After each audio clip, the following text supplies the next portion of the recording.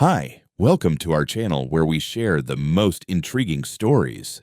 Thomas Wilson thought he'd found paradise when he moved into his dream home, a peaceful sanctuary with a sparkling backyard pool, but his quiet life was shattered when an entitled neighbor crossed the line, turning Thomas's property into a battleground of pride, trespass, and shocking revenge. What began as a simple dispute would change everything.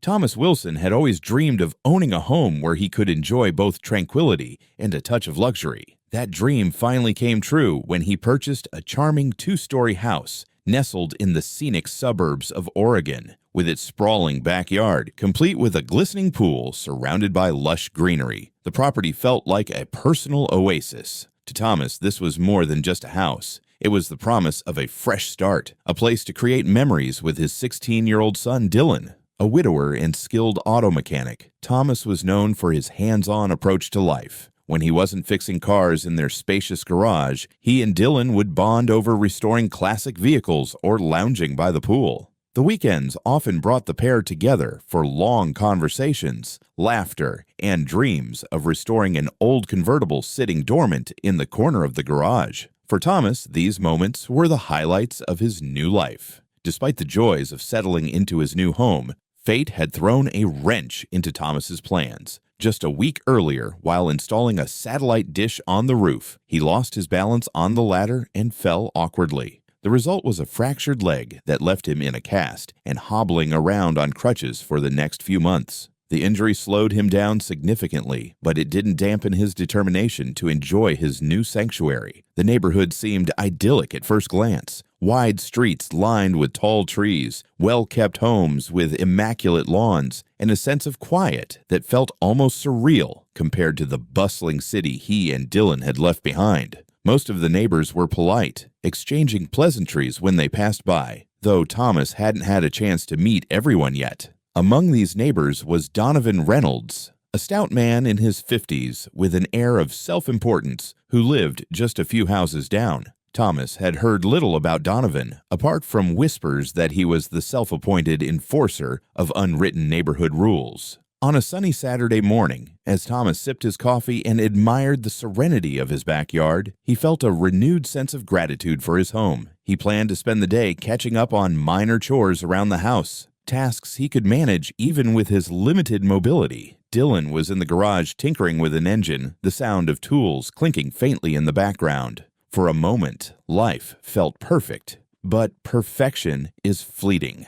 Later that afternoon, Thomas stepped outside to check on Dylan, only to freeze in disbelief at the scene unfolding by the pool. Two figures, Donovan and a younger man who appeared to be his son, had made themselves at home in Thomas's backyard. Donovan reclined on a lounge chair as though he were at a private resort, while his son sat at the edge of the pool, dipping his feet in the water. There was no sign of hesitation or acknowledgement that they were trespassing. They had brought their own towels, a cooler of drinks, and a palpable sense of entitlement. For a moment, Thomas stood rooted in place, caught between shock and outrage. How could anyone be so brazen? This was his property, his refuge, and yet these strangers were treating it like a public amenity. With his crutches under his arms, Thomas took a deep breath and began making his way toward them, his mind racing with questions and a growing sense of indignation. What began as a quiet Saturday was about to spiral into a confrontation that would change the dynamic of the neighborhood forever. As Thomas approached the intruders, his crutches thudding softly against the paved path, he tried to contain his rising anger. Donovan remained blissfully unaware of Thomas's presence, lying back on the lounge chair, with his sunglasses perched lazily on his nose. The younger man, likely his son, sat casually with his legs dangling in the pool, swirling the water with his feet. It wasn't until Thomas's shadow blocked the sunlight that Donovan finally stirred, blinking up at him with mild annoyance. "Oh, hello," Donovan said, his tone so casual it bordered on dismissive. He sat up slightly, adjusting his sunglasses. "Nice of you to join us. Didn't think you'd be using the pool today." Thomas blinked, unable to comprehend the sheer audacity of the man. "Excuse me," he began, his voice tight. "What exactly are you doing on my property?" Donovan raised an eyebrow, his expression a mixture of surprise and amusement. "Relax, pal. We're just cooling off. My son and I thought we'd enjoy a little dip. beautiful pool you've got here." "That's not the point," Thomas snapped, gripping his crutches tightly. "You're trespassing. This is my property, and you have no right to be here." Donovan leaned back in the chair, feigning confusion. "Trespassing? Come on now. The previous owners never had an issue with us using the pool. We've been coming here for years. It's practically a neighborhood tradition." Thomas stared at him in disbelief. "The previous owners don't live here anymore. I do, and I didn't invite you here." Donovan's amused demeanor shifted to irritation. "Well, aren't you just full of yourself?" he said, standing up and brushing imaginary dust from his shorts. "Let me tell you something, sir. This pool has always been a shared resource for the neighborhood. If you're going to be the kind of person who hoards it all for yourself, maybe this isn't the right place for you." Thomas's temper boiled over. "Shared resource? This is private property and you're trespassing. I want you and your son off my property now, or I'll call the police." At this, Donovan let out a derisive laugh. "Go ahead, call them. Do you think they're going to waste their time because someone decided to take a dip in your precious pool?" He crossed his arms and smirked. "That's the problem with you new folks. No sense of community." Infuriated, Thomas turned on his crutches and began hobbling back toward the house. He saw Dylan standing in the garage doorway, his expression a mix of anger and concern. "Dad, what's going on?" Dylan asked as Thomas approached. "Those two are trespassing in our backyard," Thomas said through gritted teeth. "I told them to leave, but they refused. I'm calling the police." Dylan's jaw tightened. "They can't just do that. Let me handle this." "No," Thomas said firmly, lowering himself onto a chair in the kitchen as he dialed the non-emergency police line.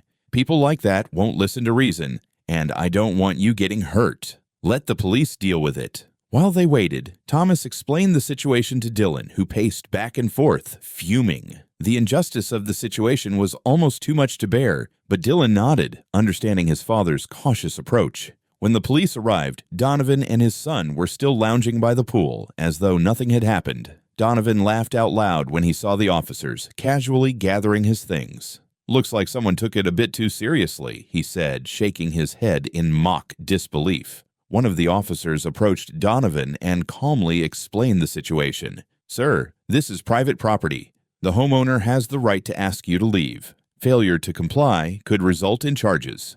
Donovan scoffed, trying to argue that he had an implied right to use the pool based on past arrangements with the previous owners.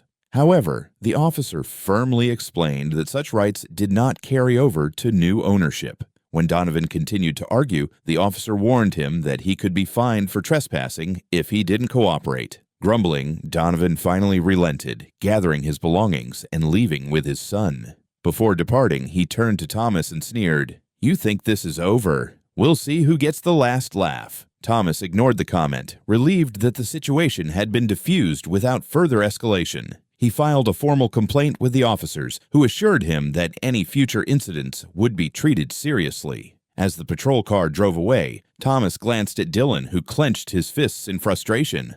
"Don't worry, Dad," Dylan said with quiet resolve. "We'll handle this. No one messes with our family." Thomas nodded, though unease settled over him. Something told him Donovan wasn't done.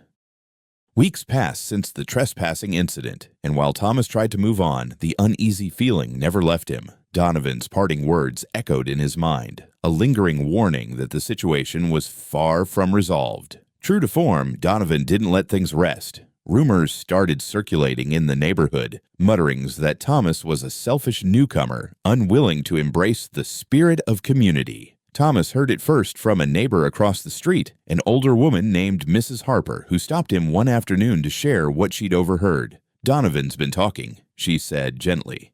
"He's saying you're difficult, calls you a loner, a troublemaker." Thomas shrugged, feigning indifference. "Let him talk. I don't care what he thinks."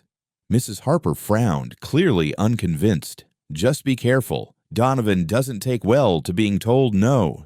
Thomas thanked her and went on his way, but her words left a bitter taste. He tried not to dwell on Donovan's provocations. The pool had been cleaned, the trespass issue addressed, and his leg was healing ahead of schedule. Life was moving forward, until one fateful night. It was nearly midnight when Dylan burst into Thomas's room, his voice urgent. "Dad, There's someone by the pool.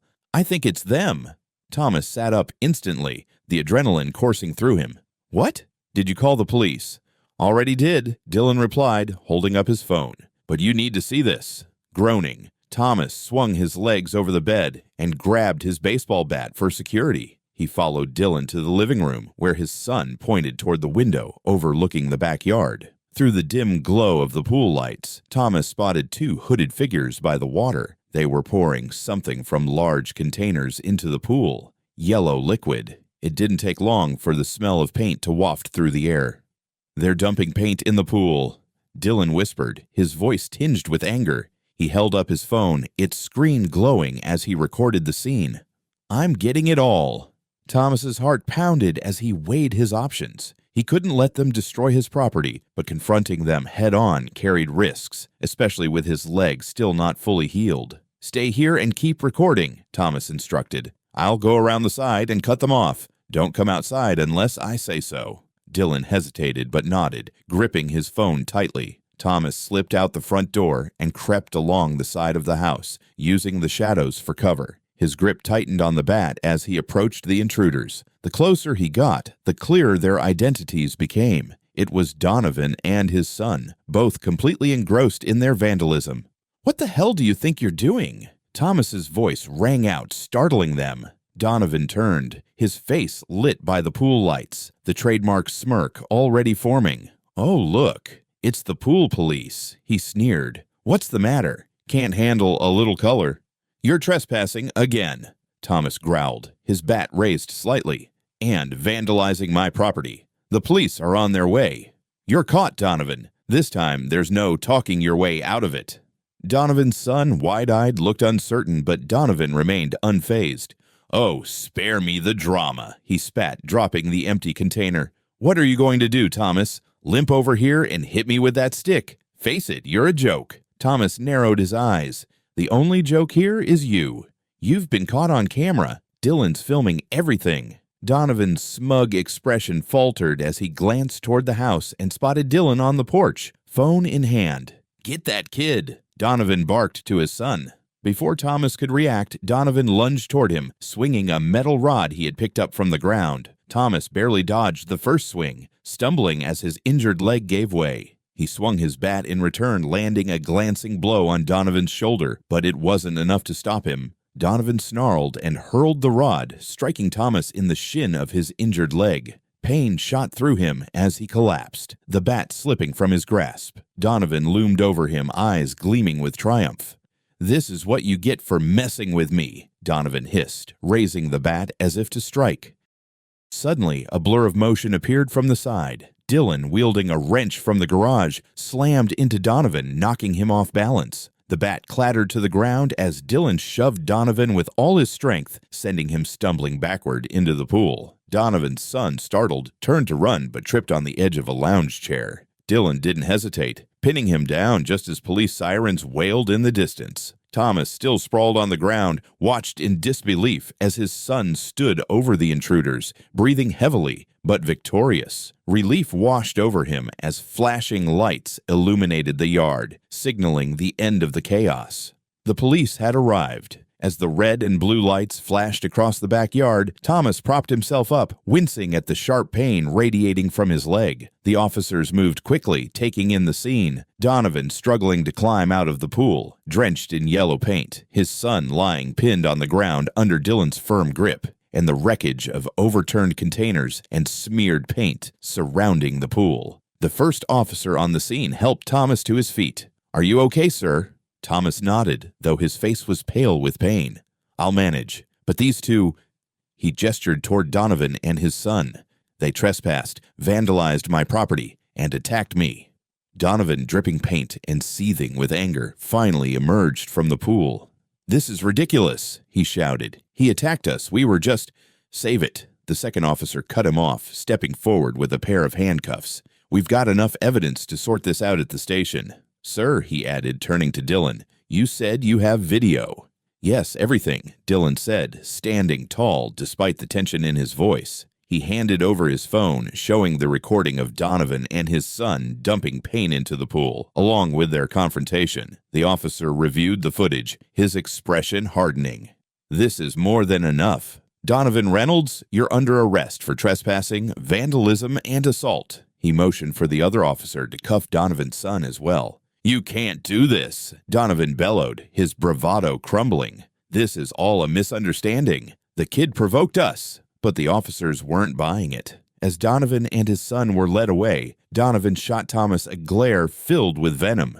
"This isn't over," he spat, though his words lacked their usual conviction. As the police car pulled away, the adrenaline that had kept Thomas upright finally began to fade. Dylan rushed to his father's side, helping him sit on one of the intact lounge chairs. "Dad, are you okay? I shouldn't have let you go out there alone." Thomas shook his head, giving his son a weak smile.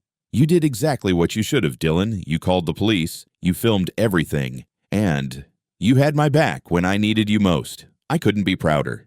In the days that followed, the fallout from the incident was swift. Donovan and his son were formally charged with multiple crimes, including trespassing, property damage, and assault. When the case went to court, the footage Dylan had recorded proved damning, leaving little room for Donovan to defend his actions. The judge ruled decisively in Thomas's favor, ordering Donovan to pay restitution for the damage to the pool and medical costs for Thomas's injured leg. More importantly, Donovan was sentenced to 8 years in prison, while his son received 4 years for his role in the crime. With Donovan out of the picture, the neighborhood felt like a different place. The whispers and rumors faded, replaced by words of support and camaraderie from neighbors who had quietly admired Thomas's resolve. Many had stories of their own run-ins with Donovan's overbearing behavior, and they thanked Thomas and Dylan for putting an end to it. Though the memory of the incident lingered, Thomas found peace in knowing that justice had been served. He looked at Dylan one evening, sitting by the repaired pool, and realized they had weathered the storm together. In that moment, their bond felt unbreakable.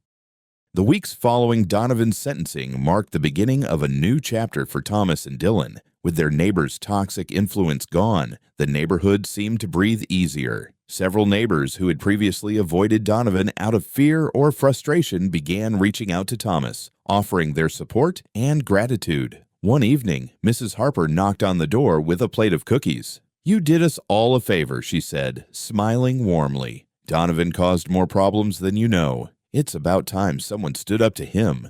Word of Thomas's victory spread quickly, earning him newfound respect in the community. Many neighbors who had kept their distance before began stopping by for friendly chats, and some even offered to help repair the damage to his backyard. Dylan, too, became something of a local hero among the neighborhood kids, who admired his bravery during the confrontation. With the settlement money from the court case, Thomas restored his pool to its former glory. He even took it a step further, upgrading the backyard with new landscaping, outdoor lights, and a small fire pit. The repairs and additions turned the space into the true sanctuary Thomas had always envisioned, a place of peace and relaxation. Dylan, inspired by the experience, took on more responsibility around the house, often surprising his father with thoughtful gestures. One day, he set up the patio with string lights and grilled burgers for an impromptu celebration. As they sat by the pool, enjoying the quiet evening, Thomas realized how much stronger their bond had become through the ordeal. The neighborhood, once wary of Donovan's domineering presence, transformed into a more welcoming and united community. Block parties were organized, neighbors exchanged favors, and a sense of trust began to flourish. For Thomas, the true victory wasn't just reclaiming his property. It was the sense of belonging that had finally taken root. Sitting by the fire pit on a crisp autumn evening, Thomas gazed at his backyard with a deep sense of contentment. The once disrupted tranquility had been fully restored, and his pool sparkled under the glow of newly installed garden lights. Dylan lounged nearby, flipping through a magazine on classic cars, while the distant hum of friendly neighbors filled the air. For Thomas, this was what home was meant to be, a sanctuary where he and his son could thrive, free from unnecessary conflict. The ordeal with Donovan had been grueling, but it had also brought unexpected rewards. The settlement allowed Thomas to enhance his home, turning it into the retreat he dreamed of. More importantly, it solidified his bond with Dylan. They had faced the challenges together, and it had strengthened their mutual respect and trust. Reflecting on the past months, Thomas couldn't help but feel a sense of triumph. He had stood his ground, upheld his rights, and in doing so, helped the neighborhood rid itself of a toxic presence. The days of whispered rumors and passive-aggressive comments were gone, replaced by smiles and camaraderie among neighbors who had rallied around him. Thomas was also proud of Dylan, whose quick thinking and bravery during the confrontation had played a critical role in bringing justice to their doorstep. His son's maturity in handling the situation was a testament to the values Thomas had tried to instill over the years. As they finished their evening and prepared to head inside, Dylan asked, "Dad, do you ever regret moving here?" Thomas smiled, his gaze sweeping over the serene yard. "Not for a second. This is our home, Dylan. We earned this peace." With a final look at the glowing pool, now a symbol of resilience and hard-won freedom, Thomas turned off the lights and stepped inside, ready to embrace the future.